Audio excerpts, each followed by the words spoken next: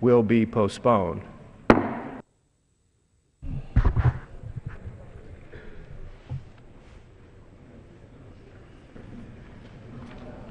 For what purpose does the gentleman from Florida seek recognition?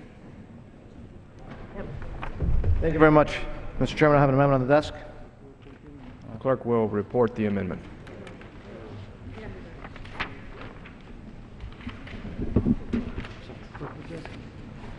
The clerk will designate the amendment.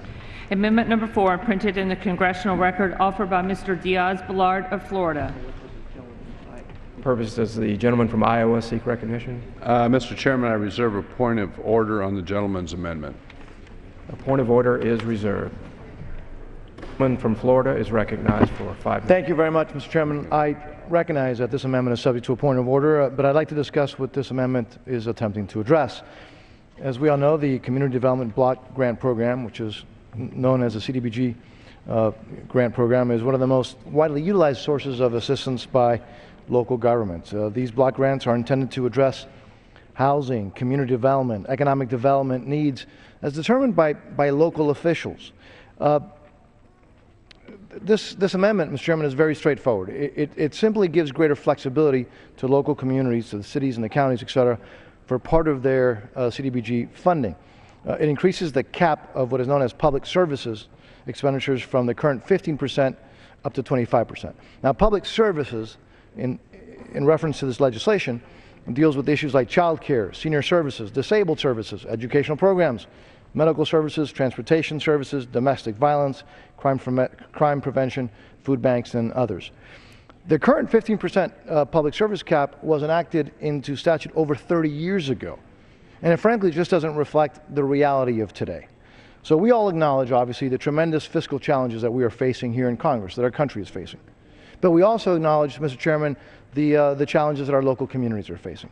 CDBG public services funds have really played a key role in providing crucial aid to our most at risk, our most vulnerable populations, especially during difficult times like these.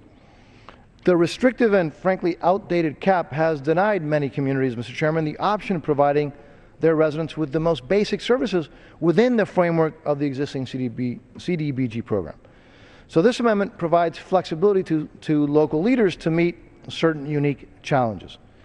Now, I want to make something very clear. This amendment does not increase or decrease CDBG funds, does not change the formula, and does not require those communities that are entitled to use more of their funds on public services.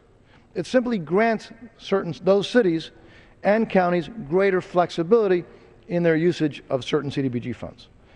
Let me mention that my colleague, Congresswoman Ross-Leighton, has a standalone piece of legislation that I'm honored to be a co-sponsor of.